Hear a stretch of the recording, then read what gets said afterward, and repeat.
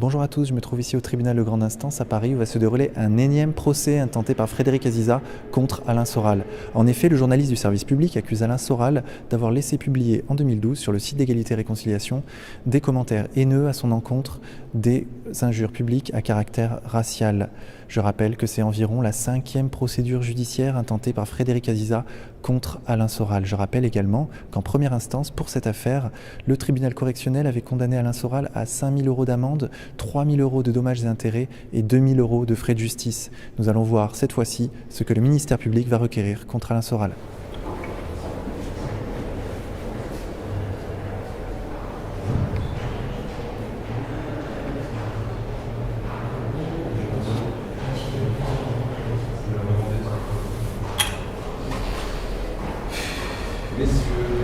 Bonjour monsieur. Alors les caméras sont autorisées dans la salle d'à côté ou en bas de l'escalier. Mais pas ici. Ça vient de qui cette directive? Ça vient du commandement militaire. C'est en bas des marches ou dans la salle. Ah bon? Parce qu'en fait, vous voyez, il y a des hublots. Ouais. Et comme les images sont interdites. Ouais. Voilà. On l'ignore franchement. Non, mais ça. C'est écrit? Ah bah oui, c'est prévu. Hein. Pas de souci. Voilà. Donc je vous invite à venir, si vous préférez rester là, vous descendez les marches. Et là, c'est encore bon? Ici, Et là? Non mais là, il y a de l'espace à côté. Oui. Regardez, si on se met là, en fait, On a déjà tous les plans. Il a dit en bas des escaliers. si on se met là... Il a dit en bas. Non, parce que si on se met là... Non, là, il y a un passage, c'est trop gênant. Là, vous voyez, le couloir fait 1 mètre de Non, large. mais je me méfie parce que c'est l'histoire que vous recherchez. C'est lui qui fait la police. Donc c'est pour ça que je me méfie de ça. C'est lui qui vient vous dire. Si on l'a vu, non? On l'a vu. Non, mais moi, je viens, moi, je fais ma patrouille. Ah, d'accord. Moi, je serais venu vous voir. Là, j'ai pris contact avec la police d'audience et je serais venu vous voir, vous le dire, de toute façon. Pas de souci. Ok. Bon, mais c'est très bien. Mais ce qui serait intéressant, c'est quand même qu'on ait accès au texte où il est écrit qu'on n'a pas le droit de filmer ici. Ouais. Ça m'étonne beaucoup quand même. Non, mais en fait, c'est contenu comme ça, cette zone-là. Parce que sinon, moi, je vous peux voyez demander bien à la que- présidente. Vous voyez bien qu'il y a une zone. Il y a Demander ce qu'elle en pense. Non, mais Et c'est peut-être qu'elle dira, mais non, vous pouvez très bien être dans l'entrée. ici, Ouais. non, mais c'est là ou en bas des marches. Non, mais vous comprenez bien Ça que vient d'où ça? c'est ça le problème, c'est qu'on Il a raison. on vous fait confiance. Ouais. Mais si c'est Frédéric Aziza qui vous a dit qu'ils n'ont pas le droit de filmer ici, en tant que citoyen, vous Ah non, devez, mais moi je serais venu vous voir. Là, je venais, j'ai pris contact avec la police d'audience. Je venais vous voir dans tous les cas, de toute façon. Voilà. Alors, éteint, Et le règlement, on peut pas le faire. éteint, évidemment, et dans une housse, mais pas éteint sur pied. Quoi. Le règlement, on peut Voilà. l'avoir. Écrit. Bah, le règlement, moi je vais prendre contact avec le commandement militaire. Il faudrait qu'on ait ça, parce qu'au moins que les journalistes soient informés de ce qu'ils ont le droit de faire. et pas Non, mais faire. ils le savent. Oui, Non, mais ils le savent. non, sérieusement, ils ils savent le qu'ils n'ont pas le droit de filmer dans la salle, Voilà. mais là, on est à l'extérieur de la salle. Maître Viguier, alors en Oui. attendant le début de l'audience, Oui. on a assisté à une petite scène. Est-ce que vous pouvez nous expliquer? Oui, surtout que c'est ce qu'on pourrait appeler un détail significatif. C'est une scène, en fait, qui dit tout, qui résume tout.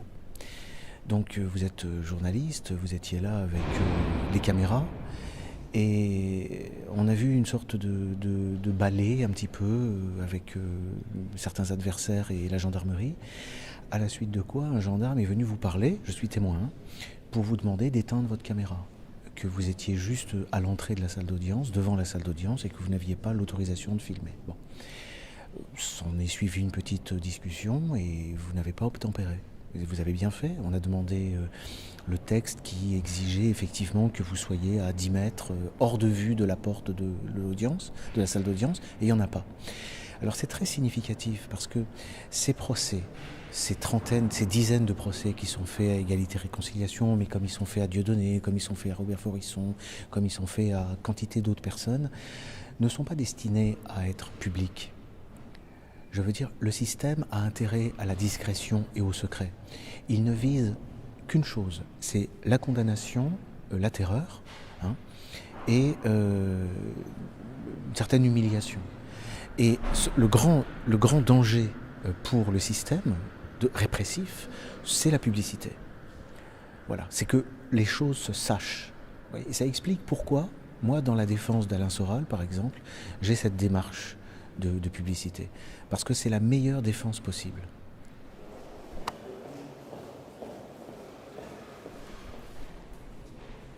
Monsieur Aziza, quelques mots pour RTV? Est-ce que vous félicitez de m'avoir frappé par 2 fois? Est-ce que vous regrettez votre geste, monsieur Aziza? Pourquoi vous ne me répondez pas?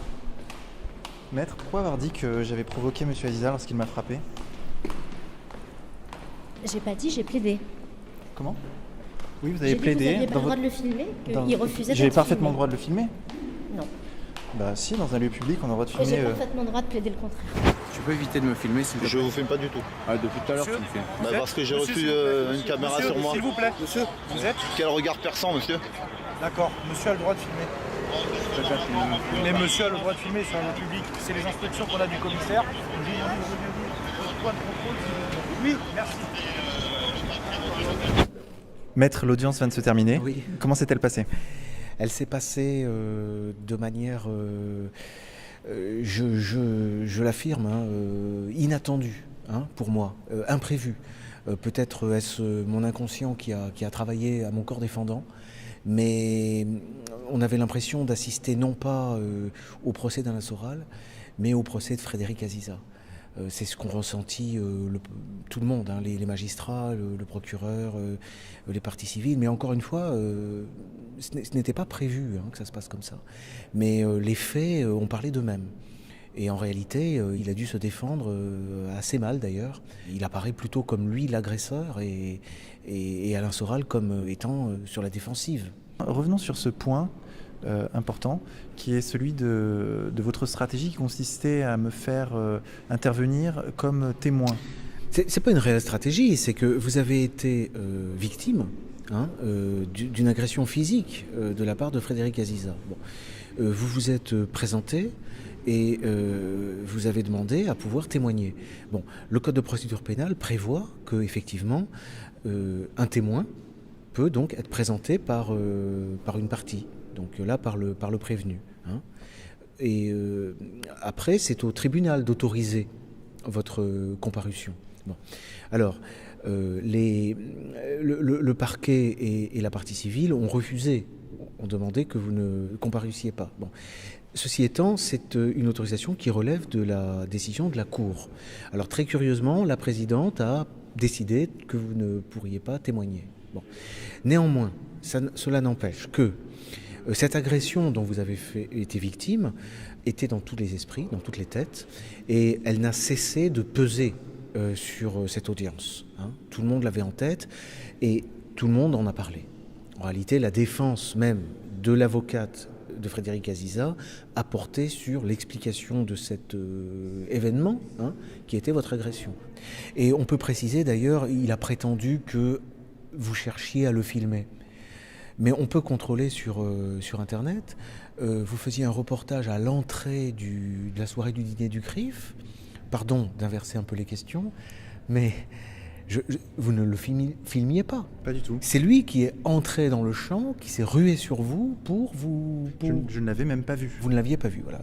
Et il vous a agressé. Bon, voilà. Donc cette scène a pesé pendant toute l'audience.